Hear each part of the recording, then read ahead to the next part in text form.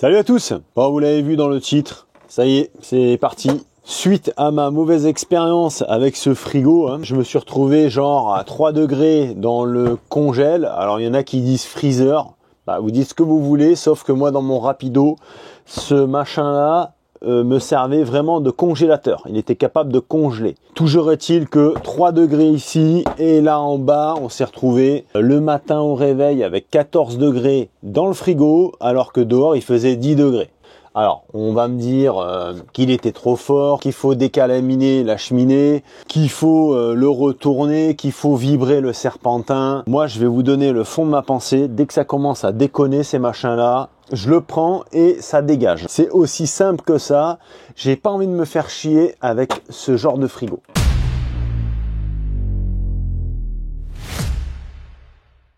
Alors j'avais eu en fait la mauvaise expérience aussi dans mon Autun, c'est pareil, j'avais un frigo qui donnait vraiment pas beaucoup de froid. Je le rappelle qu'on n'est pas encore en été, donc si déjà il commence à me faire des misères maintenant, cet été ça va être infernal. Au risque que la bouffe à l'intérieur vire, qu'on se tape une intox alimentaire, etc., etc.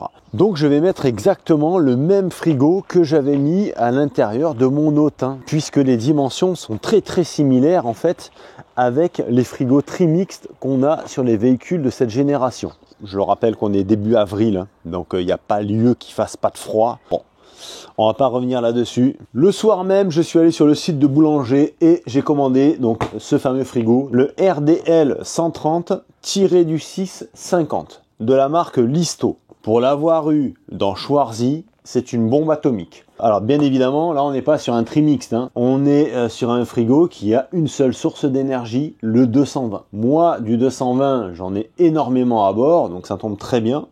Donc on va passer avec un frigo à compression 220 volts. L'avantage aussi de ces frigos 220, c'est que même s'il fait 45 degrés à l'extérieur, vraiment, on va parler de grosses canicules, à l'intérieur de ce frigo, il y aura toujours du froid. Il n'y aura aucune incidence en fait sur ses performances, ou très faible. Contrairement au trimixte Tri-Énergie 12 volts gaz 220 qui fonctionne un peu au petit bonheur la chance. Voilà, dès qu'il y a 5 degrés d'écart, le truc il se met en carafe. Voilà, il faut lui mettre les grilles à l'ombre, il faut lui installer des ventilateurs derrière pour qu'il respire. À un moment donné, bon, ça va, on n'est plus à l'âge de pierre. Alors je suis très contente parce que à un moment, il n'y en avait plus chez Boulanger, puisque quand je l'avais fait sur mon Autun, j'étais retourné voir, il y en avait qui me disaient « Tiens, je suis déçu, j'arrive pas à retrouver ton frigo ». Et c'est vrai qu'il y avait une pénurie, et là, ils sont revenus, donc c'est parti. Je vais te filmer toutes les étapes, puisque quand je l'avais fait sur le Autun, j'avais montré partiellement comme ça. Là, je vais te montrer en fait toutes les étapes de l'installation de ce frigo. Donc c'est une vidéo qui va se faire sur plusieurs jours, puisque forcément, j'ai pas forcément le temps de m'occuper que de ça. Mais toi, ça va se passer en une seule vidéo où tu vas avoir toutes les étapes importantes que je vais te filmer. Quand tu vas te lancer dans cette procédure, réfléchis bien comment tu vas sortir cet engin du camping-car. Moi sur le Autun, j'avais la chance d'avoir 2 grandes portes à l'avant du véhicule puisqu'on était sur un intégral avec 2 portes à l'avant, ce qui est quand même assez rare. Sur Mich Mich, ça va être différent puisque là on est sur un profilé, donc j'espère que ça va passer quand même par la porte passager. Alors c'est toujours plus facile par les portes passagers puisqu'on n'a pas le volant qui vient nous encombrer, tu vois. On a quand même une zone assez dégagée.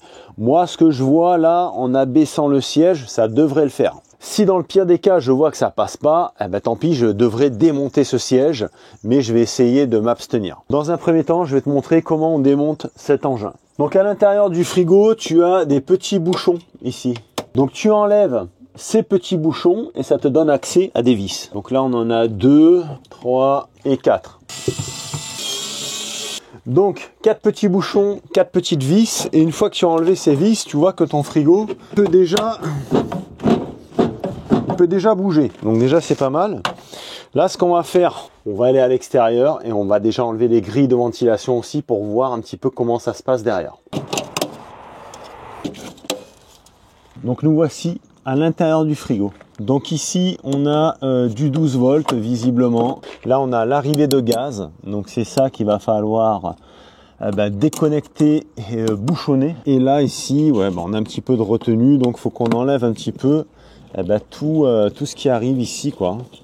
Donc là j'ai un petit cavalier en fait qui tient mon fil. Bref, je désaccouple ça, j'enlève un petit peu tout ce qui me dérange ici et je vous reprends ensuite.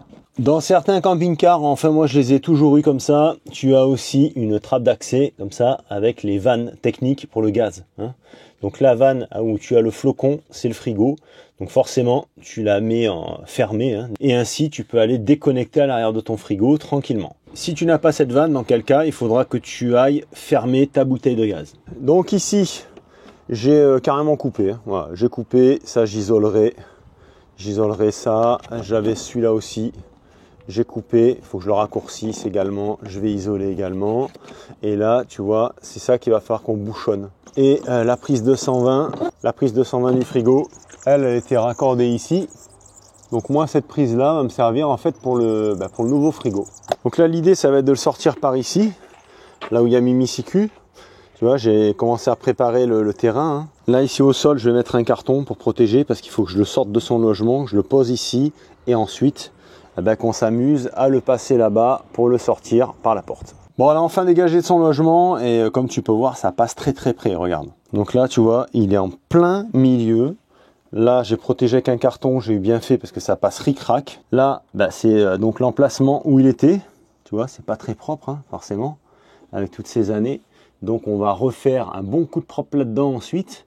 Là, l'idée, ça va être de le basculer et d'essayer de le faire passer là-bas par la porte. Là, il faut faire gaffe parce que là, il y a la table, de pas qu'on la flingue pas, tu vois. Là, en fait, l'idée, c'est de le prendre, le mettre sur le siège.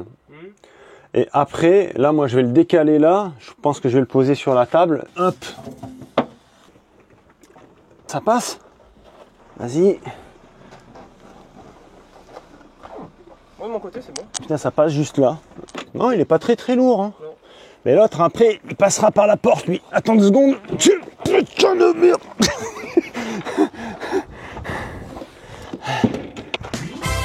Donc là, j'ai pris mon détecteur de fuite de gaz. Tu vois, si jamais il y a une fuite, bon tu vois, immédiatement, ça alerte. Bien que là-bas, ça va être fermé au niveau du robinet de gaz, j'ai quand même bouché par sécurité et j'ai coulé de l'étain en fait dans le coude que j'avais, qui était présent. Tu vois, le coude, il est ici. Et là, on va faire une recherche de fuite. Voilà, tu vois, il y a 0 fuite. Là, si vraiment il y avait une fuite de gaz, tu vois, ça sonnerait immédiatement. Donc au chalumeau, hop, j'ai coulé de l'étain et comme ça au moins ça me l'a complètement condamné. Mais bien évidemment, ici, hop, voilà, dorénavant, lui restera constamment fermé et au moins comme ça, on n'aura pas de soucis, tu vois. Donc fermé ici, bouché là-bas, on est tranquille. Jour 2. Alors je t'avouerai que c'est quand même une opération qui est chiante à faire. Mais c'est vraiment ça en vaut vraiment la peine par contre. Le nouveau frigo est rentré parfaitement. C'est-à-dire que ici j'ai dû enlever ici mon détecteur d'alarme. Voilà, ça rentre pile poil, mais vraiment au millimètre. C'est-à-dire qu'il fait 50 de large de mémoire. Sinon je te laisse aller voir la fiche technique sur internet. Et là tu vois, je l'ai mis en lieu et place donc pour voir comment il tombe. Donc ici tu sais sur l'arrière on a des petites roulettes pour le déplacer. Et là-bas devant on a des petits taquets qu'on visse. Alors moi ce que je vais faire sur cette plaque en métal, je vais percer, je vais voir le nombre de vis que je mets et je vais visser directement dans le bois ici. De cette manière, le frigo ne bougera plus. La prise 220, elle, il faudra que je la fasse courir ici le long jusqu'en haut pour aller venir me récupérer ici au niveau branchement. Moi ici en haut, tu vois, j'ai ce bois là et là je suis sur le dessus du frigo. Là je vais mettre une cornière ici avec pareil 3-4 vis, 3-4 vis là, 3-4 vis en haut et au moins il sera tenu aussi comme ceci en haut. Là tu vois, je l'ai mis en lieu et place, je pense qu'il va plus bouger. Je vais peut-être le tirer un peu parce que j'ai un trou en bas là-bas que je vais boucher. Et tu vois maintenant, la mission, ça va être de rendre étanche ça en haut. La même chose sur les côtés. Ce qui va être un petit peu galère, ça va être la finition. Ici, toujours pareil. Donc, je vais voir. Voilà, ça c'est la partie toujours un petit peu galère. Et l'idée, tu vois, en mettant l'isolant, c'est de le mettre un petit peu en retrait. Comme ça, mes baguettes de finition, tout ça, vont venir en applique. Donc je verrai, soit je les colle, voilà, faire un truc quand même assez démontable entre guillemets, quoi. Donc là, tu vois, j'ai mis, ça c'est de la mousse de récup, hein, sur quasiment toute la largeur. En haut, ici j'ai coupé des petites sections, des petites tranches de polystyrène. Tu vois, des tranches comme ça que j'ai emboîtées là-dedans. Voilà, on voit encore un tout petit peu de jour. En dessous, idem. Voilà. L'idée, c'est vraiment de l'étanchéifier depuis l'intérieur du véhicule. Comme ça, ça permet aussi de laisser une ventilation à l'arrière et de laisser les grilles ouvertes. Il ne faut surtout pas condamner les grilles, puisque ce genre de frigo a quand même besoin de respirer. Alors ici en bas, comme tu peux le voir, j'ai mis 4 vis. J'ai percé 1, 2, 3, 4. Je les ai pas trop serrées de façon à pas déformer le châssis et à laisser la souplesse en fait au niveau des cylindres blocs, tu vois, du compresseur. Ça c'est le tuyau d'évacuation. Normalement ici d'origine tu avais un bac récupérateur comme ça, donc moi je l'ai dégagé et je me suis mis un tuyau, hop, qui viendra évacuer ici à l'extérieur si toutefois on a de l'humidité, donc ça viendra sortir directement par ici. Là j'ai ma prise de 120 qui est en attente, je la laisse là, et là j'ai mis des équerres comme ça. Alors au préalable j'avais quand même déjà démonté ce cache pour inverser le sens des portes. Donc je sais que j'avais de la marge. Donc j'ai mis des petites vis de 1 cm là et là, pris ici dans le bois. Et là, tu vois, là le frigo ne bouge pas d'un poil. Donc là, j'ai déjà fait la baguette en bois ici. Donc elle est parfaitement adaptée, c'est nickel. Là, j'ai déjà fait aussi la baguette en bois à l'intérieur pour le retour. Bon, elle n'est pas fixée, hein. Rien n'est fixé pour l'instant. Sur l'autre côté, j'ai déjà préparé aussi la baguette avec le petit décroché identique à là-haut. Alors, avancement des travaux, j'ai mis du Sika du 11FC marron. Voilà, pour coller en fait mon étanchéité tout autour. Et là, pareil, ça a été collé tout le long. Et dans le garage, voilà, je suis en train de vernir mes baguettes, hein, pour essayer de rattraper à peu près la teinte qu'on a à l'intérieur du camping-car. Je suis assez content. Bon, chers amis, ça y est, l'installation du réfrigérateur est terminée. Donc, je pivote la caméra et je vous montre un petit peu tout ça. Donc voilà, le frigo est terminé. Alors là, comme vous pouvez le voir, j'ai fait un petit covering en gris. Donc ça, je l'ai fait en live, hein, lors d'un live bricolage. Donc si vous avez raté le live, je suis désolé, mais c'est un live que je peux pas laisser malheureusement puisqu'il y avait de la musique. Donc petite baguette de finition ici en bas. Après, hein, on fait un petit peu comme on peut, hein. Voilà, baguette de finition ici, celle-ci elle est plus grosse, jusqu'en bas c'est tip top. Bon, chers collègues, j'espère que cette petite vidéo pourra servir à certains d'entre vous. Si vous êtes embêté en fait avec votre frigo trimixte et que vous voulez passer sur un 220 volts, voilà, là c'est un frigo de maison. L'avantage c'est que le coût est quand même assez réduit. Le gros avantage aussi, c'est qu'on est sur un frigo qui est beaucoup plus léger également que le trimixte. Et le gros avantage, c'est que là, vous avez du froid comme à la maison et on a un vrai congélateur qui va pas nous faire défaut et peu importe la température extérieure. En termes de consommation, ce frigo est à 177 kW par an. Donc si on prend tout ça, on le ramène sur 24 heures, ça nous fait une consommation moyenne de 20 Wh en 24 heures. Moi quand je l'allume, il me fait un pic entre 50 et 60 watts pendant quelques temps, le temps d'atteindre sa température. Et après, d'autant plus que ce sont des frigos qui sont extrêmement bien isolés contrairement au trimixte, l'avantage c'est que ce genre de frigo ne fonctionne pas tout le temps. Il va se mettre en pause, il va redémarrer, etc. etc. C'est ce qui nous lisse tout ça sur 24 heures et que vous avez une consommation moyenne de 20 Wh sur 24 heures. Bon les amis, j'espère que ça aura été assez clair. Il y en a certains d'entre vous qui m'ont demandé comment se passait le branchement. Le branchement c'est tout simple, hein. À l'arrière, quand tu enlèves ton trimixte, comme je te l'ai montré, tu as la prise de 120, tu branches ton frigo à compression 230 volts dessus. Moi ce que j'ai fait dans mon véhicule, c'est une installation un petit peu particulière, mais j'ai du 230 volts en permanence à bord, y compris quand je roule. Ou alors, si tu veux simplifier les choses, il faudra que tu fasses partir une rallonge jusqu'à une station d'énergie ou un convertisseur de courant éventuellement. Moi, j'ai du 230 à bord en permanence et je vous expliquerai tout ça dans une prochaine vidéo. Mais voilà, je suis extrêmement content d'avoir fait cette modification puisque voilà, avoir des 15 degrés dans un frigo, pour moi, c'est pas possible. Chers amis, pensez à liker cette petite vidéo. Pensez également à me dire qu'est-ce que vous pensez du frigo de maison dans un camping-car.